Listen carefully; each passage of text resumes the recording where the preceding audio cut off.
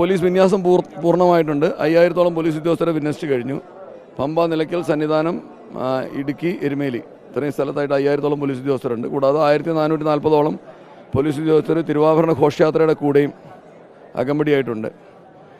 നാളെ ഈ സന്നിധാനവും നടപ്പന്തലും തൊടാതെ എല്ലാവരും ജ്യോതി ദർശനം കഴിഞ്ഞ് പുറത്തേക്ക് പോകാനായിട്ട് 2 വഴികൾ ഒരുക്കിയിട്ടുണ്ട്. ഒന്ന് ഫ്ലൈ ഓവർ വഴിയും മറ്റേ ബേലി പാലം വഴിയാണ്.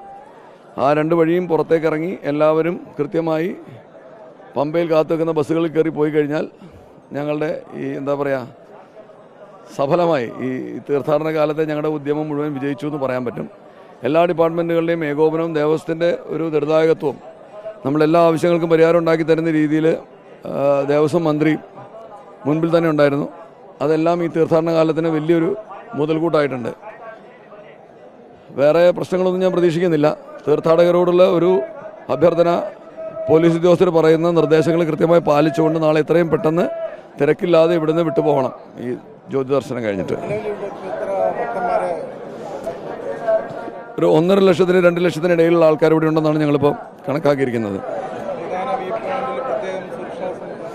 ഞങ്ങൾ നിഷ്കർഷിച്ചിട്ടുള്ളൊരു 10ഓളം വ്യൂ പോയിന്റുകളുണ്ട്. അവിടെ മാത്രമേ ഇവർ ജ്യോതി ദർശനത്തിന് പോകാവൂ എന്നുള്ളതാണ് ഞങ്ങളുടെ വേറൊരു അഭ്യർത്ഥന.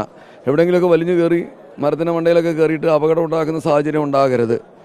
അത് തടയാൻ വേണ്ടി പ്രത്യേക പോലീസ് സ്ക്വാഡുകളൊക്കെ അതിന് വേണ്ടി പ്രവർത്തിക്കുന്നുണ്ട്. എന്നാലും ചിലപ്പോഴൊക്കെ ഞങ്ങളുടെയൊക്കെ കണ്ണു വെട്ടിച്ച് പലരും കാട്ടിനകത്തേക്കൊക്കെ കയറുന്ന ഒരു പ്രവണത കാണുന്നുണ്ട്.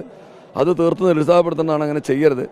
അത് അവർക്ക് മാത്രമല്ല എല്ലാവർക്കും മറ്റുള്ളവർക്കും അപകടം ഉണ്ടാക്കുന്ന കാര്യമായിരിക്കും.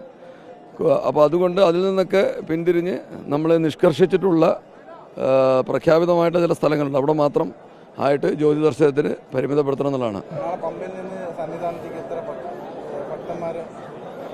ഇല്ല, നാളെ നമ്മൾ ഈ ക്യൂ ബുക്കിംഗ്, വെർച്വൽ ക്യൂ ഒക്കെ റെസ്ട്രിക്റ്റ് ചെയ്തിട്ടുണ്ട്.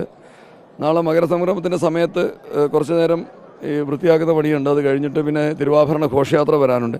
ഈ സമയത്തെല്ലാം നമ്മൾ ഇത്തിരി പരിമിതികൾ അവിടെ ഏർപ്പെടുത്തിയിട്ടുണ്ട്. നിഷ്കർഷകളുണ്ട്, നിയന്ത്രണങ്ങളുണ്ട്. അത് കഴിഞ്ഞ് ജ്യോതി ദർശനം കഴിഞ്ഞു കഴിഞ്ഞാൽ പിന്നെ വീണ്ടും സുഗമമായി മുമ്പത്തെ പോലെ തന്നെ ദർശനം തുടരാവുന്നതാണ്.